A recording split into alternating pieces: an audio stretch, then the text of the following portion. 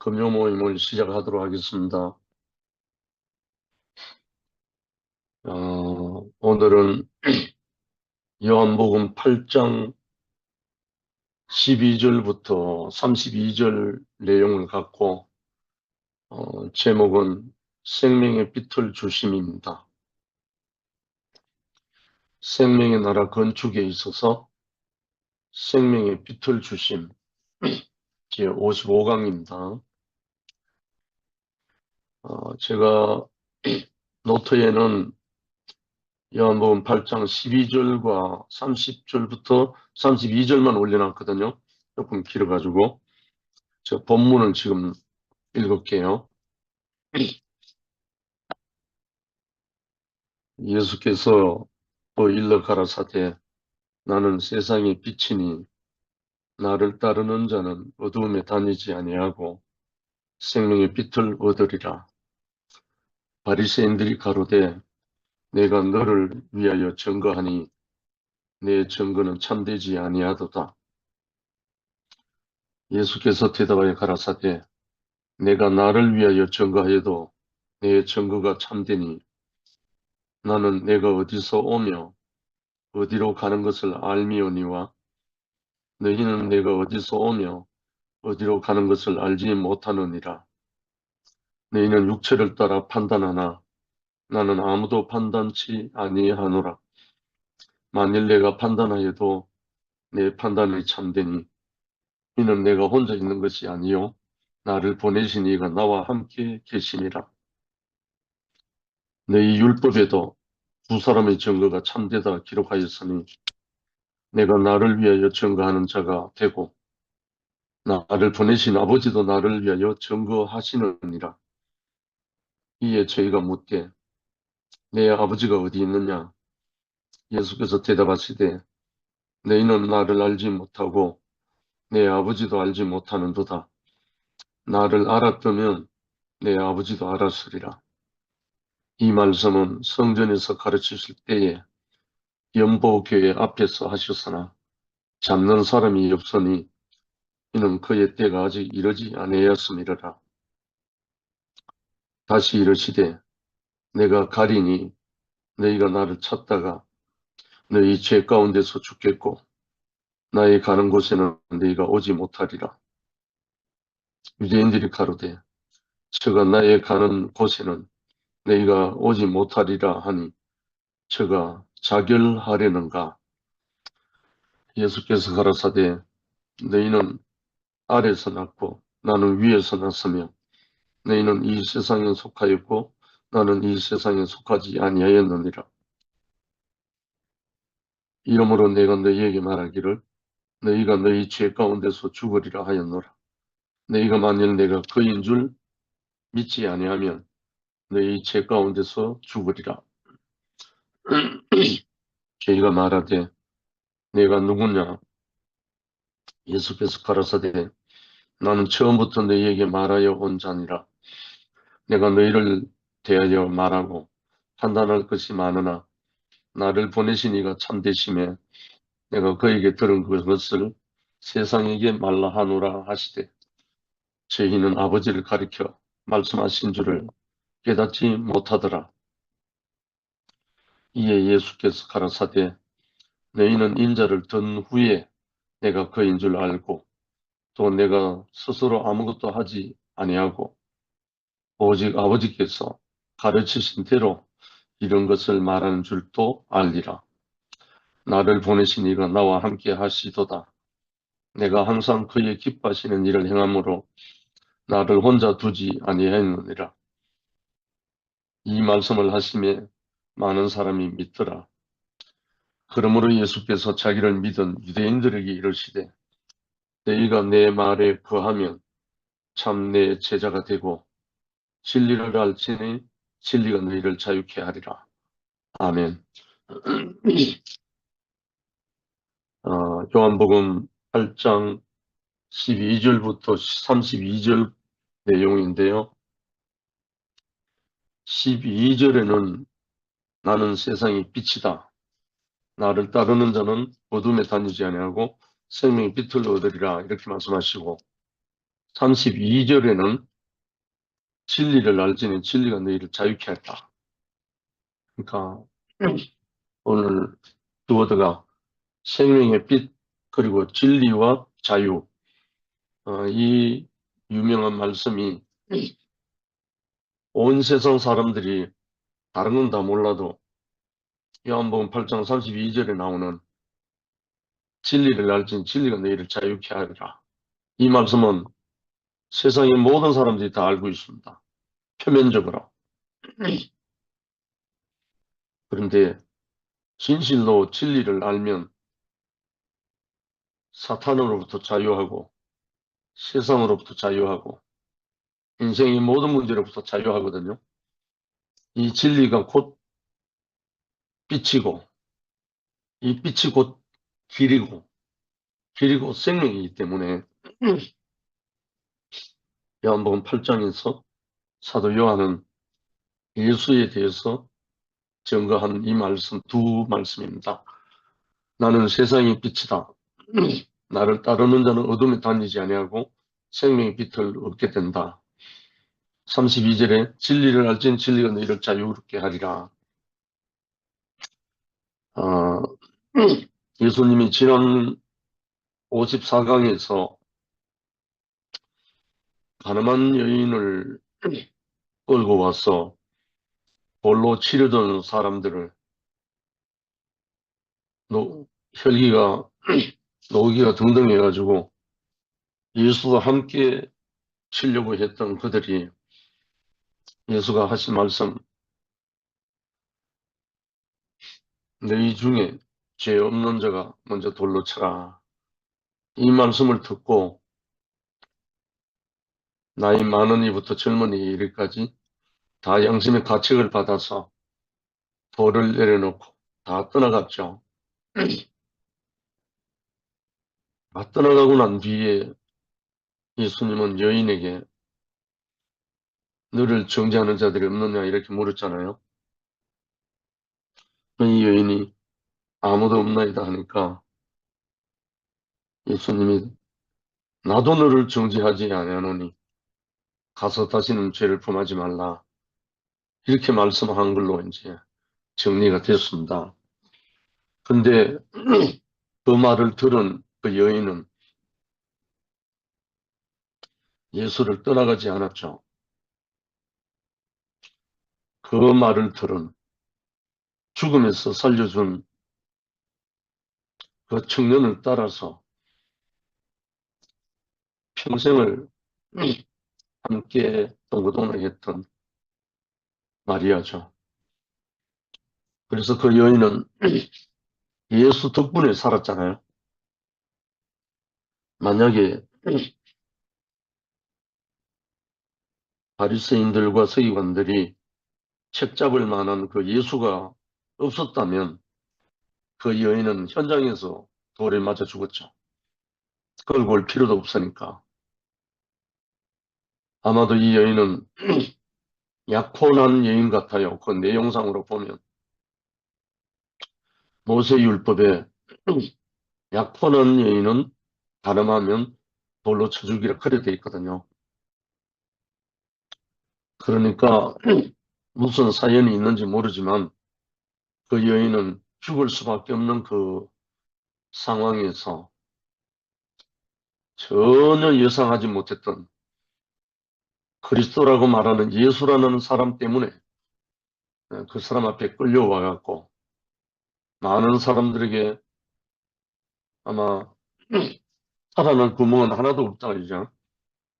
모든 사람이 돌을 들고 끌고 왔으니까. 근데 그 여인이 이 예수로 말미암아 죄가 없는 자가 먼저 돌로 쳐라는 그 말씀도 물론 했지만 나도 너를 정죄하지 않으노니 하는 말을 하는 사람, 성난 군중을 다 떠나가게 하고 남았는 당신 자신도 나도 너를 정죄하지 않는다. 그렇게 말을 하면서 가서 죄를 범치 마라 이렇게 말했죠. 그 말을 들은 여인은 그 심정 우리가 헤아릴 수 있겠습니까? 죽음의 현장 직전에 한 청년으로 말미암아 부사일생으로 살아난 여인, 그 청년을 두고 이 여인은 이제 떠나갈 수가 없었고 또한 함께 있게 됐죠. 그래서 예수님이 십자가에 못 박혀서 처형당한 그 현장에도, 부활했다고 하는 현장에도 함께 있었던 여인이죠. 그리고 구전에 의하면 값비싼 옥합을 깨뜨려서 예수의 머리에 붓고 자기 머리털로 발을 씻은 그 여인이라고 하거든요. 결국은 자기를 살릴 뿐 아니라 영원한 죄로부터 완전 자유케 해준 이 한 사람을 따라서 전 인생을 올인하게 됐죠. 예수님은 이 여자를 용서하고 난 다음에 아마 또 모여든 군중이 있었던 모양이죠. 그래서 나는 세상의 빛이니 나를 따르는 자는 어둠에 다니지 아니하고 생명의 빛을 얻으리라. 그렇게 말씀하시고 마지막에는 자기를 믿은 유대인들에게 이르시되 이렇게 말합니다. 무리에게 이르신 게 아니라 자기를 믿은 유대인들에게 이르시되 진리를 알지니 진리가 너희를 자유케 하리라. 결국은 그때 당시에 수많은 사람들, 유대인들이 예수를 핍박하고 처형하고 온갖 짓을 다 했지만 예수를 믿은 유대인들도 있었다는 거예요. 그리고 예수님이 하신 말씀 중에 하나가 구원은 유대인으로부터 시작된다 했잖아요. 왜냐하면 예수 자신이 유대인이니까. 그리고 제자들도 세례 요한을 따르다가 보라 세상 죄를 지우거나 하나님 어린 양이로다 하는 그 스승의 증거를 받고 태어나서 예수를 따라간 안드레와 요한과 야고보 이 사람들도 유대인이잖아요. 근데 이 유대인들에게 한 말입니다. 진리를 알지니 진리가 너희를 자유케 하리라. 아, 정말 이 요한복음 8장 32절 이 말씀이 오늘 이 55강의 키워드인데 진리를 형이상학적인 철학적인 애매모호한 그런 진리가 아니라 여기서 말하는 진리는 진실이죠. truth, 진실. 거짓이 아닌 진실을 알고 나면 자유롭게 된다는 말이죠. 그래서 이 말씀을 하셨습니다. 우리 형제 자매들도 여러 가지 방황하다가도 진실을 딱 목도하고 나면 인생의 진실을 딱 인식 딱 하고 나면 그때부터 자유케 되거든요. 모든 것으로부터 자유하거든요. 첫 번째 가 죄는 어두움과 관계된다. 여기 죄라는 게 원뜻으로 보면 반영을 빗나가다 이런 뜻이죠. 목표점에 도달하지 못하고 빗나가 버렸다 이 말인데 하나님이 사람을 지으신 그 목표에서 빗나가 버린 게 죄잖아요.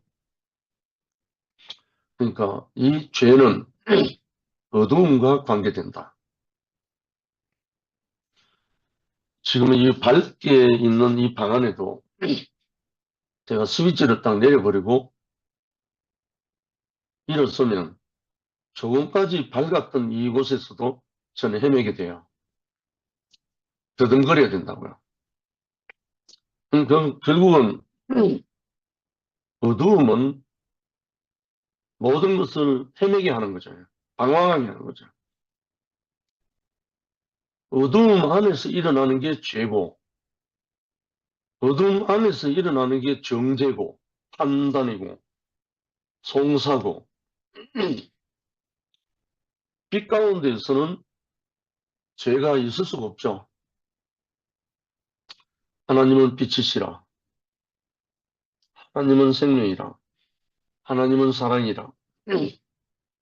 결국은 빛 가운데에서는 사람들이 죄와는 상관없이 살게 되는 거죠. 이 대목에서 이제 여러 형제 자매들이 제가 왜 수없이 입만 열면 형제는 어둠이 하는 그 말을 하는지 아마 좀 감이 올 겁니다.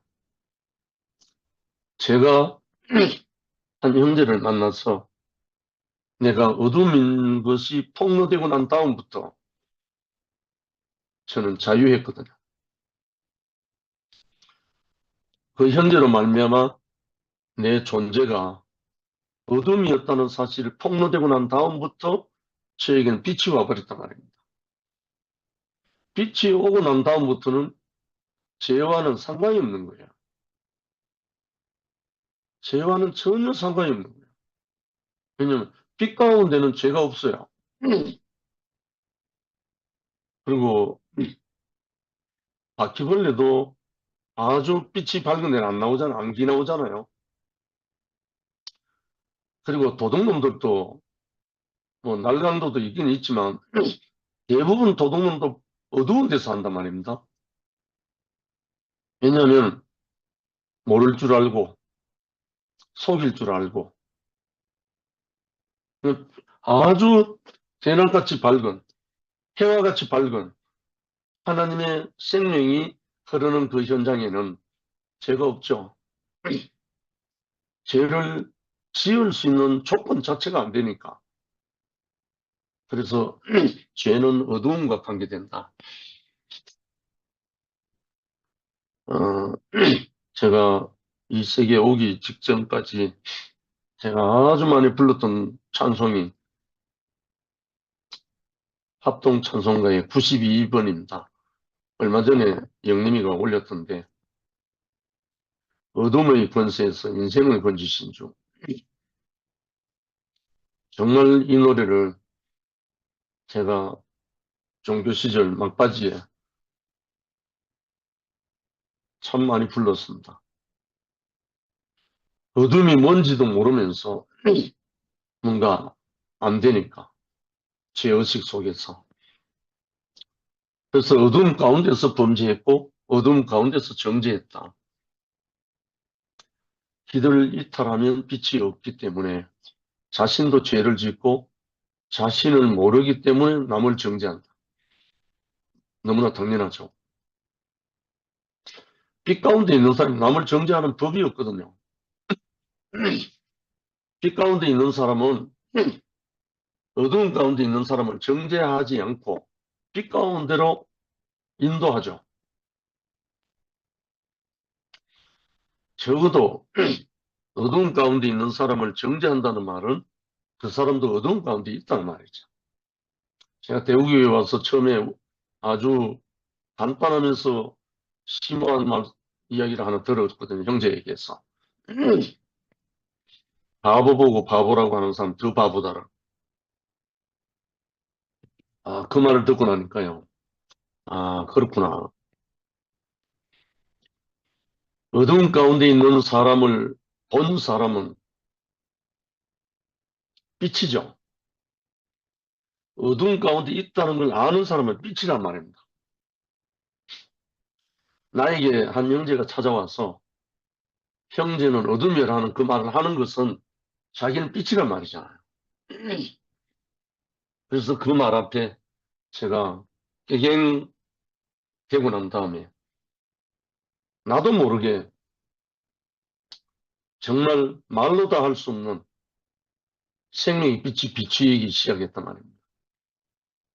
그때부터 저는 제일 먼저 뭐로부터 자유했냐면 죄로부터 자유했어요. 죄와 상관없는 세계가 밀려와 버렸기 때문에. 그리고 두 번째는 나를 속인다고 하는 사단, 마귀, 이런 어떤 정체로부터 제가 해방받았어요.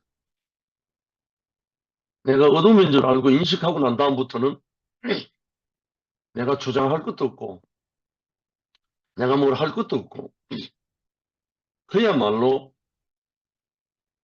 태어난 어린아이처럼 그렇게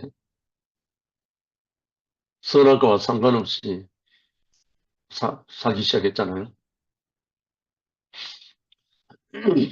장막절에는 성전에서 조명식 행사가 있었다. 불을 붙여서 밝게 하는 행사가 있었는데 장막절에 수장절, 장막절 마지막 절이죠.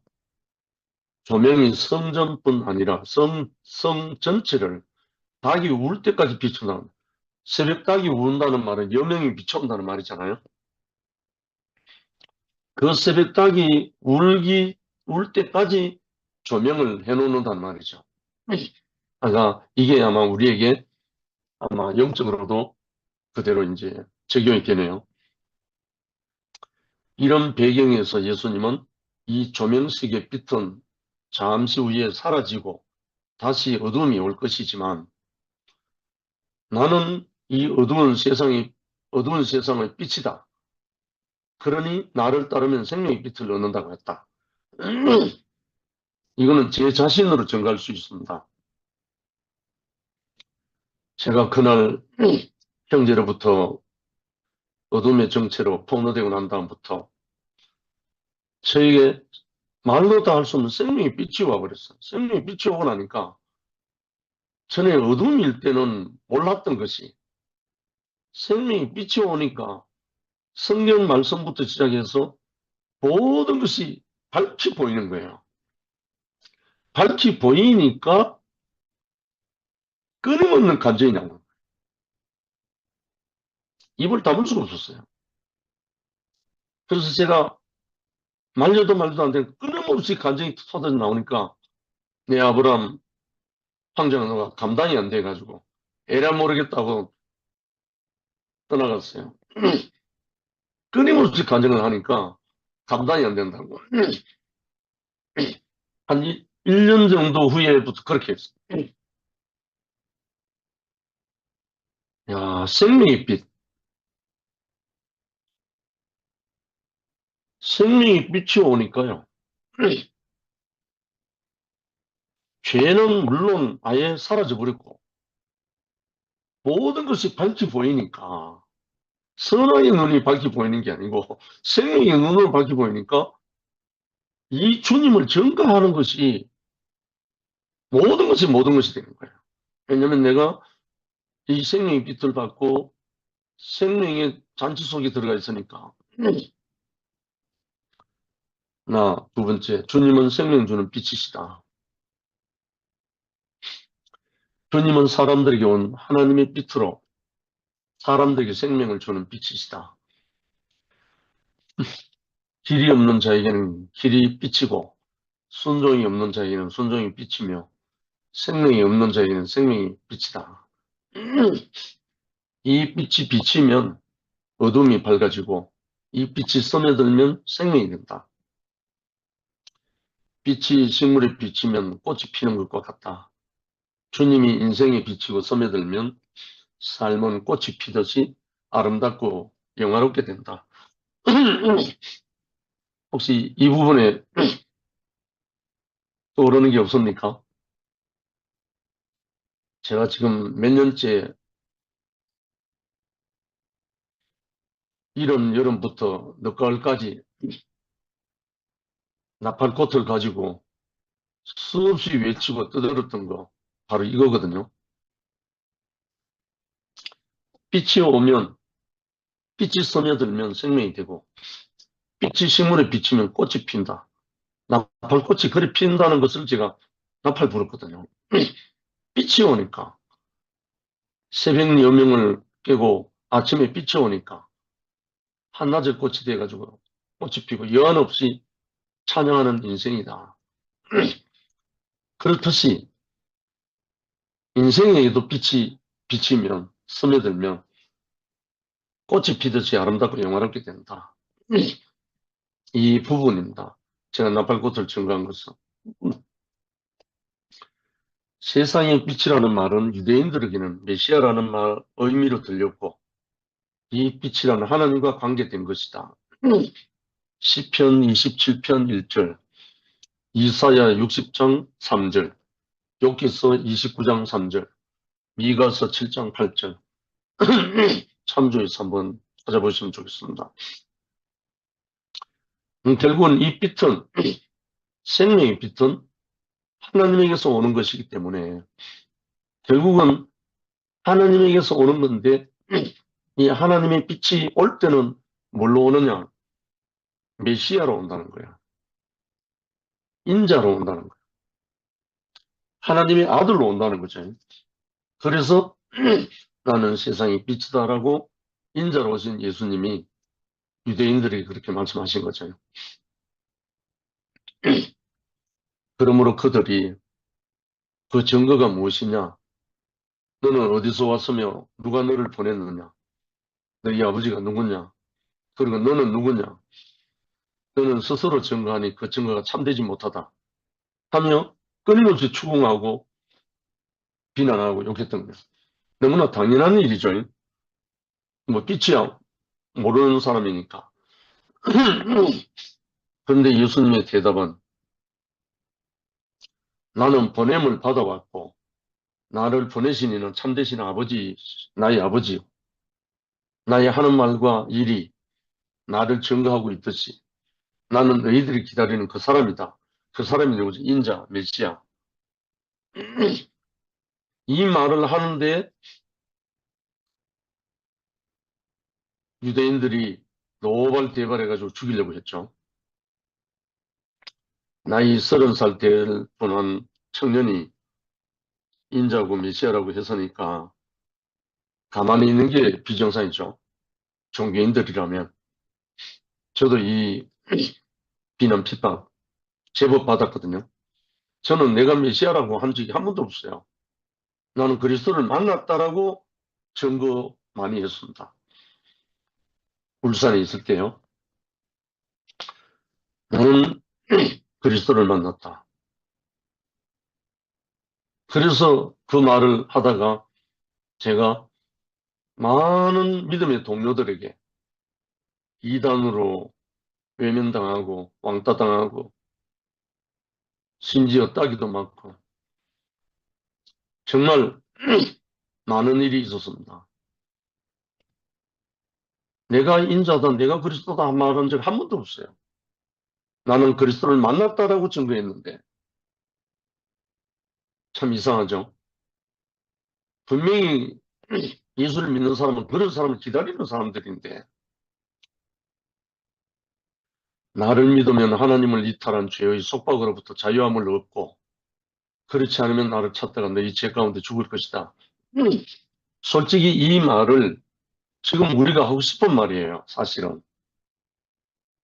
왜냐하면 빛을 만나서 빛이 된 사람은 그 말을 하는 게 너무나 당연합니다.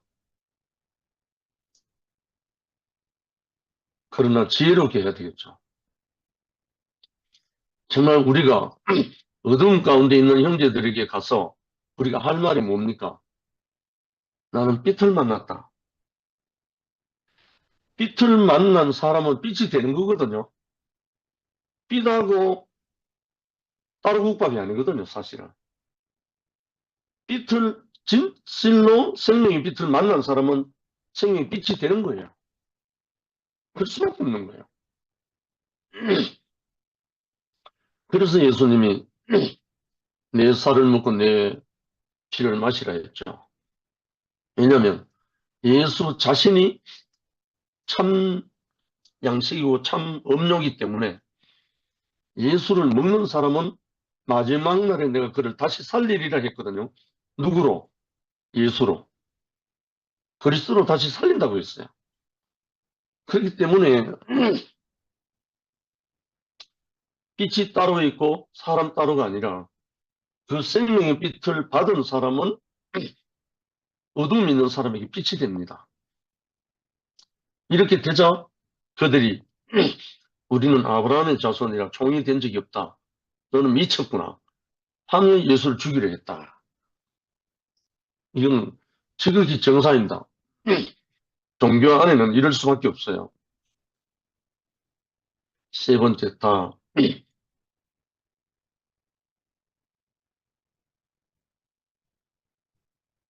예수는 세상의 구원자로 보냄을 받은 메시아시다. 예수님은 여러 말씀을 하셨지만 그 내용은 하나였다. 그 내용은 하나였다. 나는 세상을 구원하기 위해 보냄을 받은 메시아이다. 나는 이다. I am that I am이죠. 에고 M이라고. 그러므로 나를 믿는 자는 구원을 받는다는 말이다. 그러니까 아버지로부터 보냄을 받은 빛이고 생명이고 진실이니까 이 사람을 받아들이면 구원은 당연히 구원되지만 그 사람이 되는 거예요.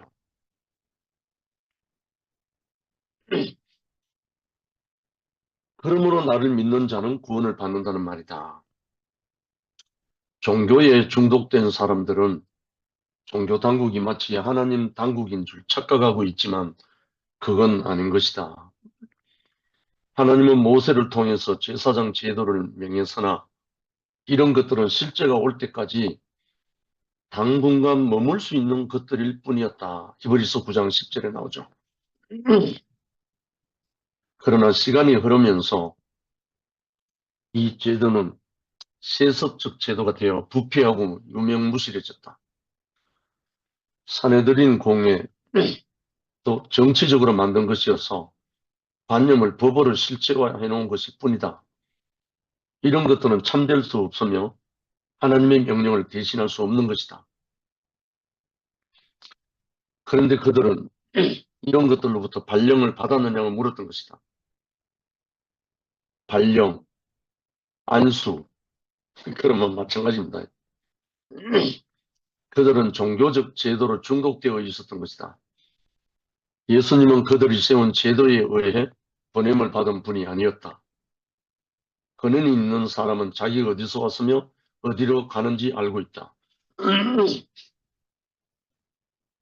여기서 제가 짧게 반영을 한다면 제가 신학교 갔다가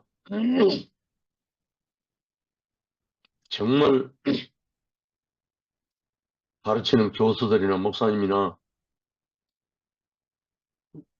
교수진들이 하는 말이 너무나 역겨워가지고 하나님의 말씀이 아닌 당신들의 논리를 가지고 교리를 가지고 가르치는 것을 정말 역겨워가지고 제가 끝까지 못하고 뛰쳐나왔거든요. 지금 생각해도 저를 그곳에서 빼내준 하나님이 너무나 감사하거든요. 오늘날 신학이라는 학문 속에 그야말로 마귀가 덕실덕실합니다. 하나님의 살아있는 말씀을 어디 가고 없고 오직 인간의 이성과 조직과 그런 걸로 완전히 넘쳐납니다. 그러니 하나님으로부터 보냄을 받은 선지자나 사도가 아닌 사람들이 이성과 조직으로 길러낸 그들이 어떻게 목자가 되겠습니까? 정말 저는 그 부분에 대해서 그래서 제가 그거부터 제가 목사를 별로 안 좋아합니다. 목자는 너무너무 살아가지만 근원이 있는 사람은 자기가 어디서 왔으며 어디로 가는지 알고 있다. 근원이 있다는 말은 아버지가 있다는 말이잖아요. 근원이 있다는 말은 하나님 아버지를 아바 아버지라 부르는 사람이 근원이 있는 거잖아요. 그래서 예수님은 나는 어디서 왔으며 어디로 가는지 안다. 나는 스스로 하지 않고 보내신 이의 뜻을 따라 행한다고 하셨다. 자기는 인간이 만든 종교 당국이 아닌 참되신 이로부터 보냄을 받았다는 것이다. 예수님이 하신 말씀이죠. 그래서 예수님이 요한복음 5장 19절과 또 9장을 보면 내가 스스로 아무것도 할 수 없노라 이렇게 고백하십니다. 제자들 앞에서 예수는 아버지가 허락하시지 않으면 아무것도 못한다는 거예요. 이가 참으로 근원이 있는 사람이죠. 아버지가 있는 사람이죠. 이것은 사람의 생각과 역사를 뒤엎는 너무나 큰 문제로서 지금까지 이렇게 말한 사람은 아무도 없었다. 근원이 없이 종교당국만 알고 있었던 표면적인 사람들로서는 그의 증거를 알 수 없었고 그의 말을 알아들을 수 없었던 것이다. 당연하죠. 종교적인 교리와 율법과 규례와 그런 것들로 다 훈련되고 연습된 사람들에게 이런 말이 나올 수가 없잖아요. 그 아버지와 함께 동행하지도 않으니까. 오로지 배운 것을 가지고 훈련받은 대로 행하는 거니까. 그래도 구약시대 때 선지자들은 하나님의 함께 하심으로 인해서 사역을 했거든요. 구약에는. 대표적으로 사무엘이 아주 어린아이 때부터 성전에 맡겨져서 엘리 제사장 밑에서 컸잖아요. 크다가 어릴 때 하나님의 음성을 듣고 사무엘아 사무엘아 부르니까 자다가 깨달은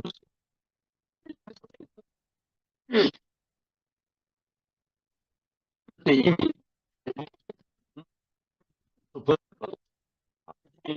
하지 않는 그때였답니다.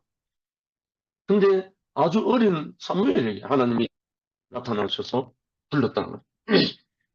그렇게 세 번까지 부르니까 세 번 엘리에게 달려간 사무엘을 보고 그때서야 엘리 제사장이 깨달음이 와가지고 아이고 하나님이 부르셨구나 하고 다시 부름이 있거든 내가 여기 있나이다 말씀하소서 하라고 해서 그 다음에 사무엘이 그렇게 해서 말씀을 받았잖아요.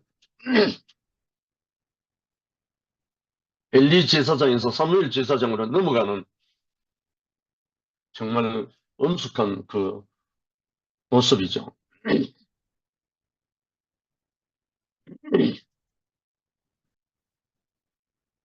만약 그의 말이 맞다면 이 사람은 역사상 하나님이 보낸 유일한 사람일 것이고 아니라면 거짓말쟁이거나 정신 이상자일 것이다. 그래서 그들은 너는 누구냐고 다그쳤고 예수님은 나는 이다 에고 에임이라고 아엠이라고 대답하셨던 것이다. 이는 구원자의 자칭이다. 자기 스스로 칭하는 말이란 말이죠. 그리고 거기 3장 14절에 나옵니다. 에고 에임이 아엠 나는 이다. 결국은 나는 아버지로부터 왔다는 말을 하는 거죠. 지금 나는 인자다. 인자라고 했을 때 바로 에고엠이죠. 자기를 아버지로부터 보냄을 받았다. 이 아버지로부터 보냄을 받은 것이 확실한 사람은 헷갈릴 것도 없고 방황할 것도 없고 그냥 그 보내신 자 위에서 움직이잖아요. 그래서 오늘날은 예수님이 제자들 앞에서 성천하시면서 남긴 말씀이죠. 하늘과 땅의 모든 권세를 내게 주셨으니 그러므로 너희는 가서 모든 족속으로 제자를 삼아 아버지와 아들과 성령의 이름으로 세례를 주고 내가 너희에게 분부한 모든 것을 가르쳐 지키게 하라. 볼지어다 내가 세상 끝날까지 너희와 항상 함께 있으리라. 약속하신 그 말씀이 곧 성령이거든요. 아버지께서 내 이름으로 보내실 성령 그가 너희와 함께 하겠다. 그러니까 2000년 전에 육체로 계셨던 예수 그리스도가 지금 오늘날 우리에게는 아버지 이름으로, 아버지가 예수 이름으로 보내신 성령, 보혜사 성령 그가 우리와 함께 하신다는 거예요. 함께 하시면 인도하시고 안내하시고 보여주신다는 거예요. 성령께서 함께 하시면 빛 가운데 있는 거죠.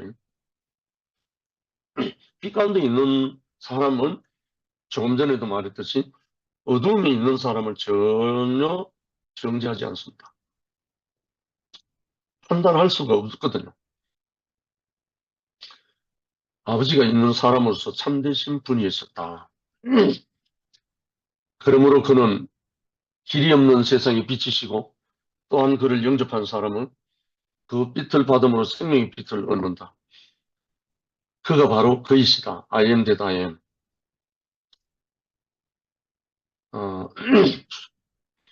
아담은 진실을 버리고 자기 아버지를 숨기고 있으므로 죄 아래 매여 참된 자유가 없다. 그러나 근본을 인정하는 사람은 진실함으로 자유가 있다. 이 자유를 한번 맛본 사람은 두 번 다시 어두움으로 갈 수가 없어요. 이 자유는 하늘과 땅의 모든 권세를 누릴 수 있는 자유이기 때문에 아버지 안에 있는 사람 아들이잖아요. 아버지 안에 있는 아들은 아버지로부터 자유하죠. 아버지로부터 자유한 사람은 아버지 안에 있는 모든 것을 누리니까, 다른 말로 생명을 누리는 거죠. 결국은 생명을 살리는 그 자유죠. 그래서 근본을 인정하는 사람은 진실함으로 자유가 있다. 마지막으로 아버지가 있는 사람은 참되고 자유한다. 두째로 십자가는 자기를 부인하고 아버지께로. 아버지가 있는 사람은 참되고 자유하다. 이걸 제 개인적인 감정으로 말하면 저희 아버님이 제가 이 대구교에 오고 난 다음에 신앙의 어떠함으로 인해서 저를 건 한 10년 동안 핍박하셨어요. 그러다가 제가 아버지 앞에 설날에 세배 드리고 그 앞에서 무릎 꿇고 아버지 앞에 굴복했습니다. 그 다음부터 아버지와 아버지 안에 있는 아들, 아버지의 찬송이 되는 아들, 아버지의 모든 것을 누리는 아들의 자리가 제게 왔었어요. 그렇게 핍박했던, 네가 집에 들어오면 내가 집 나간다 하던 아버지, 저를 보고 이단의 괴수라고 했던 아버지, 그 아버지께서 제가 아버지 앞에 굴복하고 눈물로 회개하니까 아버님이 무슨 말씀 하시더라도 제가 이해하겠습니다. 아멘 하겠습니다. 하고 굴복한 그때부터 아버님은 전적으로 신뢰하고 맡기고 모든 것을 자유로 주셨어요. 그 다음부터 저와 함께 교회 앞에서 찬송하기 시작했잖아요. 결국 아버지와 아들이 하나일 때는 모든 것으로부터 자유한다. 육적인 아버지와 아들 관계도 이런데 영원한 생명의 아바 아버지와 하나님 인자된 아들들은 이 땅에서 누릴 수 있는 모든 자유, 이 자유는 뭘 파괴하는 자유가 아니고 생명을 살리고 건축하는 자유죠. 이 자유를 누리게 된다는 거죠. 아버지가 있는 사람은 참되고 그를 인정하는 사람은 아버지 앞에 자유한다. 예수님은 참되심으로 자유하는 아들이시다. 그를 믿는 사람은 자유를 얻는다. 아담은 근원을 떠나서 하나님을 판단함으로 죄에 매여 종로로 간다. 종은 두려움으로 영원히 집에 거하지 못하나 아들은 집에 거한다. 누가복음에 나오는 둘째 아들 탕자가 아버지 집을 떠나서 자기 멋대로 살다가 다시 아버지 집으로 돌아왔잖아요. 그 돌아온 그 둘째 아들이 누리는 자유, 우리 상상할 수 있잖아요. 저는 그 심정을 알거든요. 아버지 앞에 돌아온 아들, 아버지의 전적인 주권 안에 아멘밖에 없는 예수. 그래서 십자가로 간 예수. 그가 사탄을 마음껏 머리를 밟을 수도 있고 부적경에 던질 수도 있고 그런 자유를 갖고 있는 아들이라는 거죠. 근원이 없으면 표면적인 사람이 되어 표면적으로 판단한다. 그러면 하나님을 판단할 일도 많은 것이다. 왜 우리를 구원해 주지 못하는가? 저런 사람이 어떻게 메시아가 될 수 있는가? 끝이 없다. 그러므로 아들로서 아버지 집에 거할 수 없는 것이다. 예수님은 결국 너희는 내가 가는 길을 알지 못하므로 따라올 수 없고 나 메시아를 찾다가 너희 죄 가운데 죽을 것이며 인자를 든 후에야 인자를 십자가에 높이 든 후에야 내가 누구인지 알 것이다 하시다. 그들은 죄에 매여서 그를 에고엠이라는 그를 진실하신 구원자를 찾으면서도 알지 못했다. 지금 솔직히 말해가지고 모든 기독교인들이 그리스도를 간절히 구하잖아요. 날마다 예수님께 기도하잖아요. 정말 그렇게 하고 있잖아요. 저도 옛날에 그랬듯이.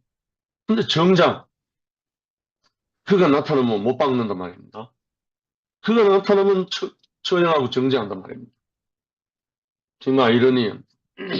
이게 선악과의 종교에 깊이 빠져든 사람들이에요. 제가 이 복음, 참빛과 생명의 자유의 복음을 전하다가 참 수모 많이 당했거든요. 그때마다 저는 그 사람들이 미운 게 아니고 너무너무 불쌍한 거예요. 왜? 몰라서 그런 걸 알기 때문에. 답은 하나다. 사람이 자기 길을 떠났으므로 세상엔 빛이 없고 근본을 부정하고 죄의 매임으로 하나님 앞에서 자유를 얻지 못한다. 표면적으로 보고 하나님까지 판단함으로 그의 진노 아래에 놓여 있음에도 불구하고 진실하신 인자, 구원자를 영접하지 않았던 것이다. 2000년 전에 예수 시대만 그런 게 아니고 오늘날도 마찬가지죠. 이 부분을 딱 보다 보니까 헤브론 칠곡동산에서 60년 인생을 저주 가운데 있던 한 형제가 우리를 만나서 한 3시간 교통하는 중에 그것이 끝나고 지금 찬양자로 변해서 지금 낮은 울타리에서 계속 찬양하고 있습니다. 정말 신기하죠? 야, 정말 하나님이 도우셨구나 한 그런 마음이 들어요. 그러므로 예수께서는 인자가 들린 후에야 진실을 알게 될 것이라고 예언적으로 말씀하셨다. 예수님은 십자가에서 자신의 진실을 증명하실 것이고 아담의 거짓을 폭로했다. 예수님은 길없는 어둠을 비추는 빛이고 거짓의 속박을 풀어주는 자유의 해방이시다. 정말 정말 진실로 할렐루야입니다. 이렇게 정말 십자가에 못 박힌 예수 그리스도가 그 진면목이 우리 모든 형제들에게 들리고 보여지고 만져져서 우리가 자유하고 해방할 수, 찬양할 수 있는 생명의 빛 가운데 우리를 인도해 주신 이 은혜는 우리가 날마다 찬송해도 부족함이 없고 정말 형제들에게 이 놀라운 소식을 전하지 않을 수가 없어요. 그래서 저희 헤브론 칠곡 동산에서 24일 날 작은 음악회를 준비하고 있습니다. 누가 주도인 줄 알아요? 불과 한 달 전에 살아난 우천택 형제와 그를 데리고 온 권문철 형제가 주도이 돼가지고 작은 성탄 음악회를 준비하고 있습니다. 참 너무 소망됩니다. 어떤 일이 벌어질지. 정말 하나님을 찬양할 수 있는 것이 우리 인생의 지구의 축복이잖아요. 그리고 그리스도가 2000년 전에 탄생하신 게 아니고 이미 태초전부터 계신 분이지만 오늘날에는 우리 안에 우리 자신 안에 그리스도가 탄생하는 것이 하나님께 영광이 되잖아요. 주님을 찬양합니다. 감사합니다.